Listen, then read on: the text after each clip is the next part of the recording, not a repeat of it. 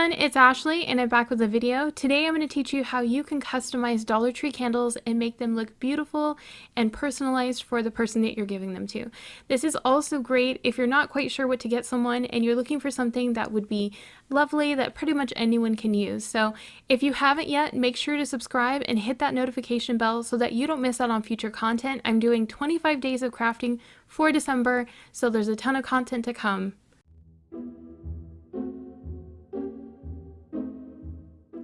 Let's talk about what supplies you'll need for this project. You can use any Cricut machine that you have, but you would definitely want to use something like the Cricut Joy if you're doing these smart materials. So we're using smart vinyl in holographic, transfer tape, an alcohol swab, a Cricut scraper tool, a pair of scissors, and then 3 of the Dollar Tree candles. I'm using Aqua Surf, Mermaid Reef, and Copper Sands, and they're really nice quality on these ones. They smell great, so I think these would be perfect little stocking stuffers, and it makes it feel special because the packaging is really nice on this. So hey guys, we're inside the desktop version of Cricut Design Space. If you're following along and you're using a tablet or a mobile device, it will look slightly different on the screen. All of the different options are laid out on the desktop version across the whole canvas. If you're using the mobile version, it'll be all along the bottom of the screen. So I'll try to make sure that I recommend exactly where it is on the screen, so that way if you're using a mobile device, you can still find it. So we're going to create something that's just an easy stocking stuffer, and I'm looking for something like the word joy or Noel or something like that. It really depends how many of the mini candles that you're gifting. I think something like 3 is the perfect amount for a little cute display. It's a great little stocking stuffer or just like a mini gift idea. You know, something inexpensive but still feels really nice and special. So let's click on images, and if you're following along mobile, that'll be on the bottom left-hand corner of the screen. We're going to search for the word joy. So there's some cute options here already. I see this one. It's got kind of a classic look that's super cute. What I'm looking for in this primarily is because there's 3 separate candles, I'm looking for something that has separate elements, so separate letters. So that's an option right there. And just scrolling through. This is kind of neat for the letters. I would use the letter elements on that. I do really like this one. It's nice and simple, but very classic. So I think I'm going to select that one. Let's just scroll through here in case there's anything else that hits me.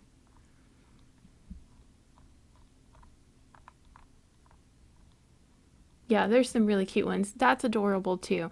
If I had candles in this color range, I think I would select this one. But because I'm using ones that have a metallic element, I think this will look really pretty. So I'm going to select this one and click Insert Images. Now let's take a look at our candles and make sure that we've measured them. So the candle diameter is 2 inches across the lid, and this is going to be cut in sections. So if we want to cut this in sections rather than as one full image, what we'll need to do is we're going to use the contour tool or the slice tool. There's a couple ways you can do this. That's something I love about Design Space, is there's multiple options. So I'm going to make duplicates of this just to make this easier, and we can slice and contour as much as we want. So you can duplicate from the desktop by right clicking and selecting duplicate, or you can select your item, go up to the top right corner of the screen where it says duplicate. If you're following along using mobile devices, you'll find that underneath the Actions tab. So click Actions, scroll to the right, and it'll allow you to click on Duplicate. So let's duplicate this one more time. We'll put these ones out of the way. I'll show you both ways that you can do this. There's 2 different ways. So let's use the Slice tool. The Slice tool is pretty much one of the easiest ones to use. So what you do is you select your item, you'll select a shape. So we'll use something like a square, and you can take your shape and you can just cover over the element that you want to remove. And so you can see the J is not visible anymore. Drag and click a box around it, or draw a box around it with your fingers on a mobile device. Go to the bottom of the screen where it says slice, and you can click slice. If you're using a mobile device, you'll find this on the bottom of the screen underneath the Actions tab, click Actions, scroll, and you'll see these slice tools. So when it only works if you have both selected, so you can only have 2 elements at the same time. You can't slice if there's something like 3 or 4 layers. So there's 2 layers. We're dragging and clicking a box around it. We'll select Slice. And then what it does is it creates an outline there. It creates a letter there, and it removes this one here. So now we can click X and delete that, and delete these because we don't need these. So here's our J all by itself.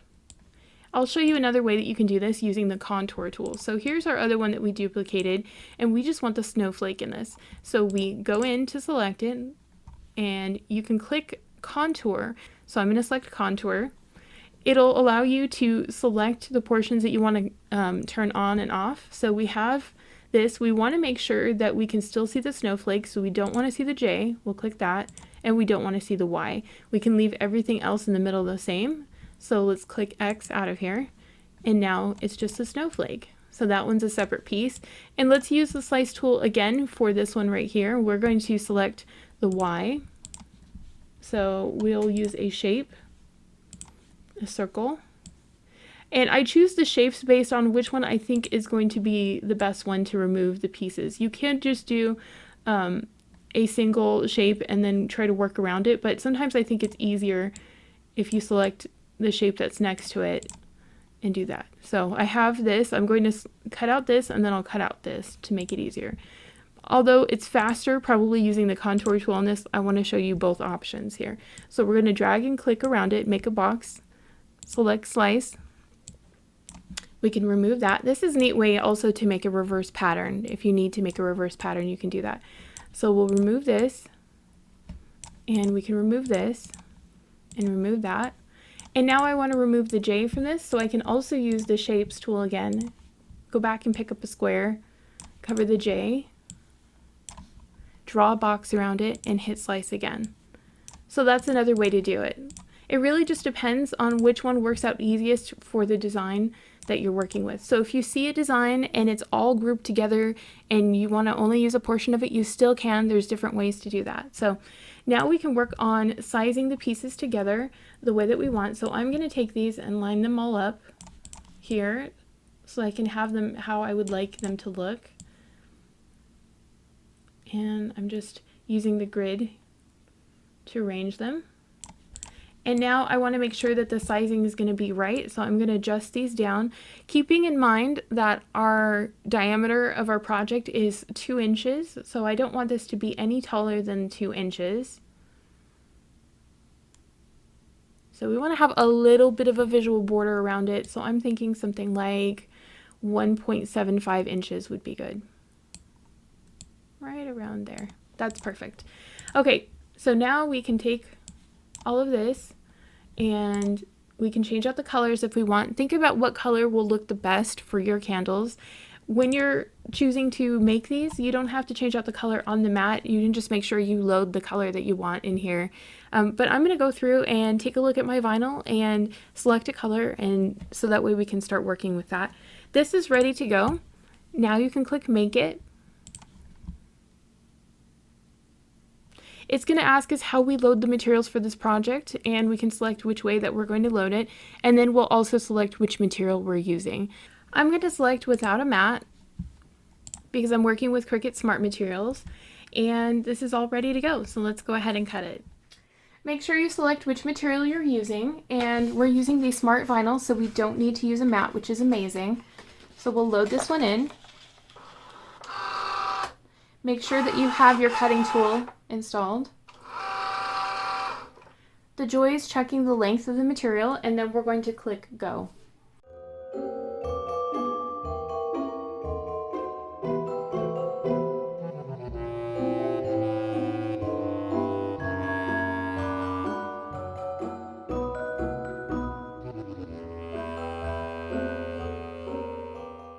Now let's select Unload. And we'll remove this and close the door. I'm just going to cut away the extra vinyl, and we can save the rest for later. Since this is 3 separate sections, I'm going to cut them into the individual sections just to make it easier to work with. We're going to weed the vinyl, which just means to remove the extra parts that you don't need. So I'm just going on to a corner here, and I'm going to peel back the vinyl that we don't need away from our design. So there's that. The neat thing about when you're making such a small project is it's such a quick and easy one. So I love these kinds of projects for something that's just fun. If you like any of these materials or you're interested in picking up some fun ones like this holographic one, check out the links in the description box. And I am a Cricut product expert, and I have affiliate links below as well as my coupon code so you can save a little bit of extra money. Right now Cricut is having a ton of sales for the holidays, so this is a perfect time to stock up. They're half off on the materials right now, so great timing, and you can use my 10% off coupon code. So when you're removing extra pieces of vinyl that are very small in the design, you can use a weeding tool. That's always an option. This is a pretty thicker material, so I'm able to use my fingers to remove it, but you can always use your weeding pick just to get in there and make sure that it's removing as easily as possible. I'm just kind of slightly bending the design, and that way I can get the little pieces up.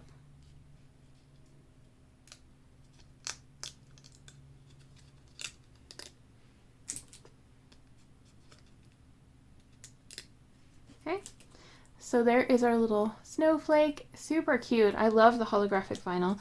So we have that ready to go. Let's get our candles, and we're going to prep the surface of our candles. This is where we're going to take something like an alcohol wipe, or you can also take just a clean cloth and just make sure that the tops of the candles are nice and clean. I always like taking an alcohol wipe just for the fact that it removes any oils that might have happened from touching the tops of these. So I'm just going to run this over really quickly and then let that air dry. And this just gives you the best adhesion between your surface and the vinyl. You can also take a cloth and polish the top of this if you'd like. That way you get a really pretty, nice, even look. Now we're ready to add the vinyl decals to the tops of our candles. We're just going to take a small section of transfer tape, and we're going to cut it to the size of our largest piece here. The other letters are a little bit smaller, so we just want to make sure that it fits this one first. Take your transfer tape and you're going to peel it back from the backing. And you have your decal here. We're going to place this right over the top, starting with making a little V shape. I always make a V shape because I find it the easiest to control. And then just place that in the center and then press it down towards the edges. This is where you're going to use your mini scraper tool, and you'll just push down on the design, holding down on the design from your other hand. Don't push too hard because we don't want to drag the vinyl, but just push down a little bit, and then we're going to use our scraper tool, and we're going to do something called burnishing, which is where we're trying to adhere the top to the decal. So we're just going to press on this and go across it and try to remove any air bubbles. You can remove air bubbles by pressing them towards the outside of your decal. So you can start in the middle and press towards the outside.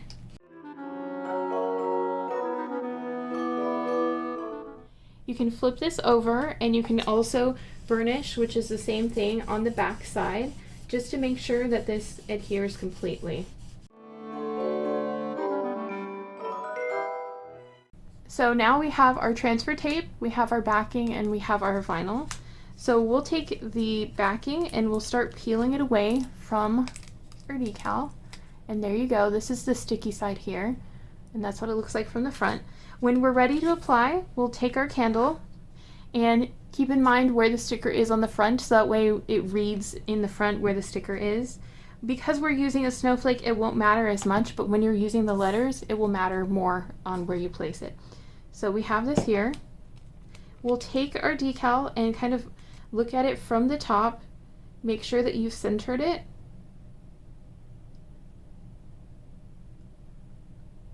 And then place it down. You can start from one section and work your way towards the other section. We'll take our little mini scraper tool and we'll do the same thing before. We'll press down to make sure this adheres. Because this is permanent vinyl, this will stay on the top of the candle. and it'll make a nice permanent aspect to this.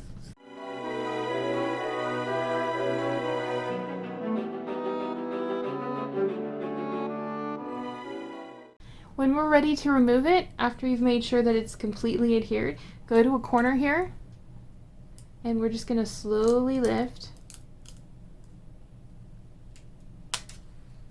And then you have your finished decal. Isn't that pretty? I love that. Okay, let's work on continuing with the other ones. So same thing, we can keep reusing this piece of transfer tape. We're going to place this over the center, and we're going to adhere this one as well.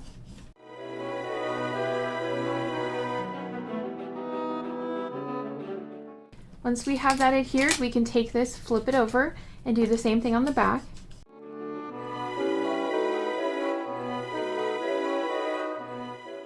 And then we can remove the backing.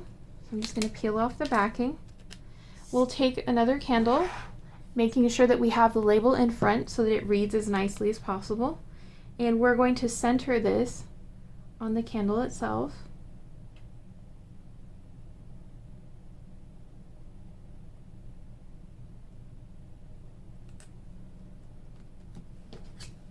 And then use our scraper tool to adhere it.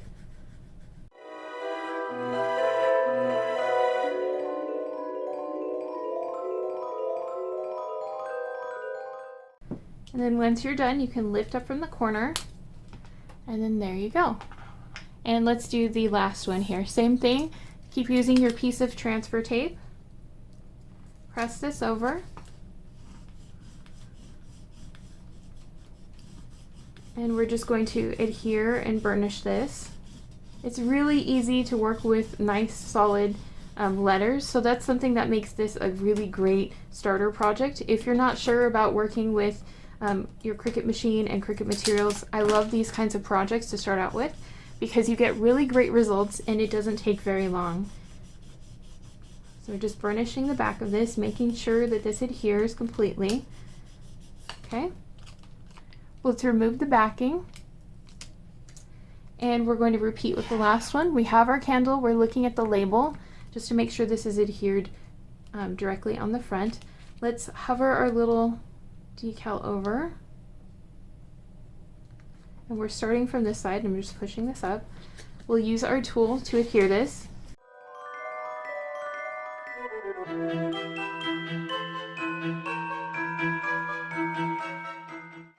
And we'll lift the transfer tape off. And now you have your finished candles. Let's take a look at what they look like when they're all set up and displayed.